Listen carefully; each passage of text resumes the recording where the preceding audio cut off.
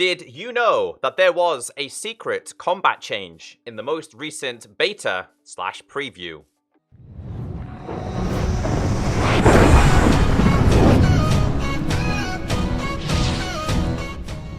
Now recently, there has been a lot of Java parity features introduced to Minecraft Pocket Edition, the Bedrock version, and the majority of these changes has to do with combat. Now the reason why this is being introduced to the game is because the developers are trying to get Bedrock somewhat on par with Java Edition in preparation for the Warden. Now again, in the most recent beta/preview, which is the beta 1.18.30.26, and the preview version 1.18.30.27, they did a change to shields, and nobody's talking about it.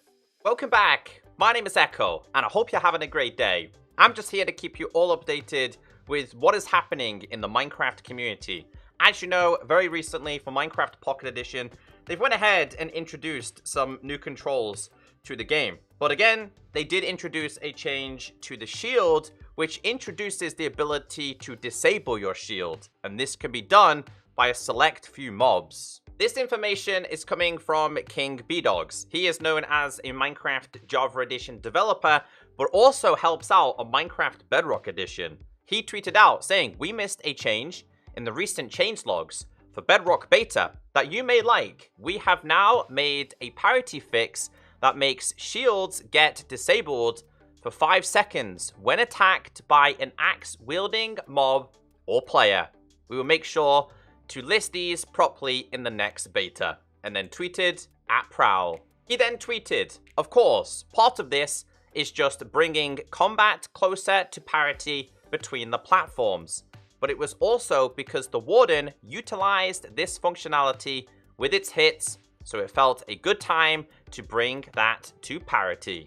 Now, I imagine there's going to be a couple of people who still have no idea what I'm talking about, so I want to show you exactly what this is. However, there is a slight bug at this moment in time, but anyway, I'll explain that as well. There are 3 mobs that can actively hold an axe, unless you're using commands, of course. That being the Vindicator, the Piglin Brute, and on occasions, zombies. Now, raids are about to become a little bit more difficult. Right here, we have ourselves a Vindicator.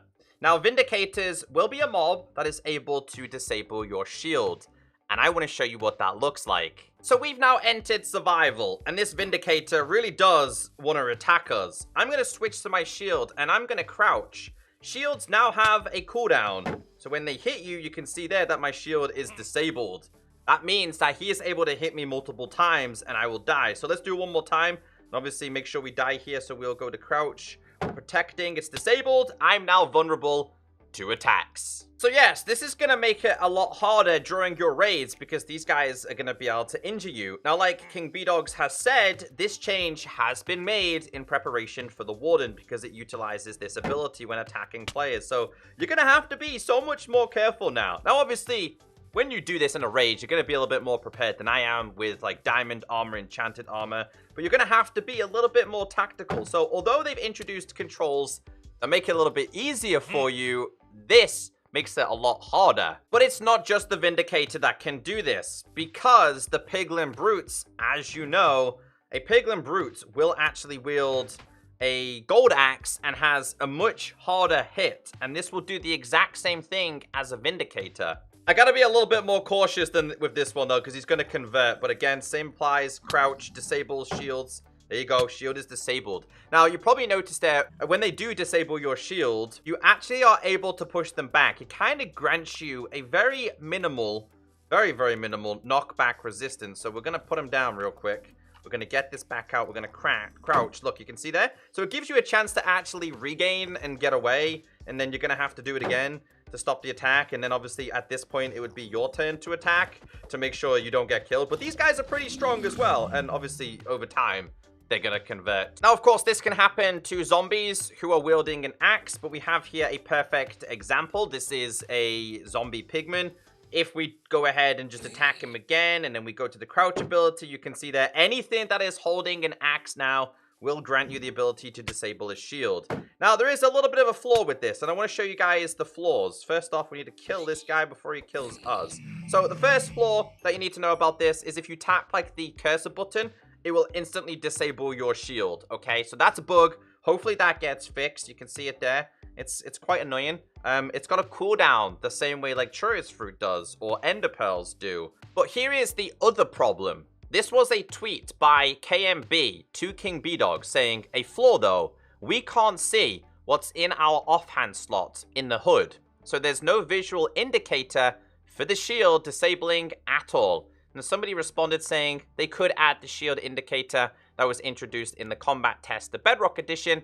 It would work perfectly. So although this has been introduced, it is still a work in progress. Now, in case you're a little bit unsure on what KMB means, is when we have a shield and we put it in our offhand, yes, we are able to put it in our offhand, which you can see it, of course, which is obviously below this cursor right here. However, on Java Edition, as you can see via this picture, if you're holding a shield in your offhand, you can see it on the left of whatever weapon you are holding or anything that's in your first slot. So again, there still needs to be some tweaks for the Bedrock version. And I can visually show you the problem here. So in my offhand is my shield. We place down a Vindicator here, right? If we crouch, we're in the protect mode, but it's disabled.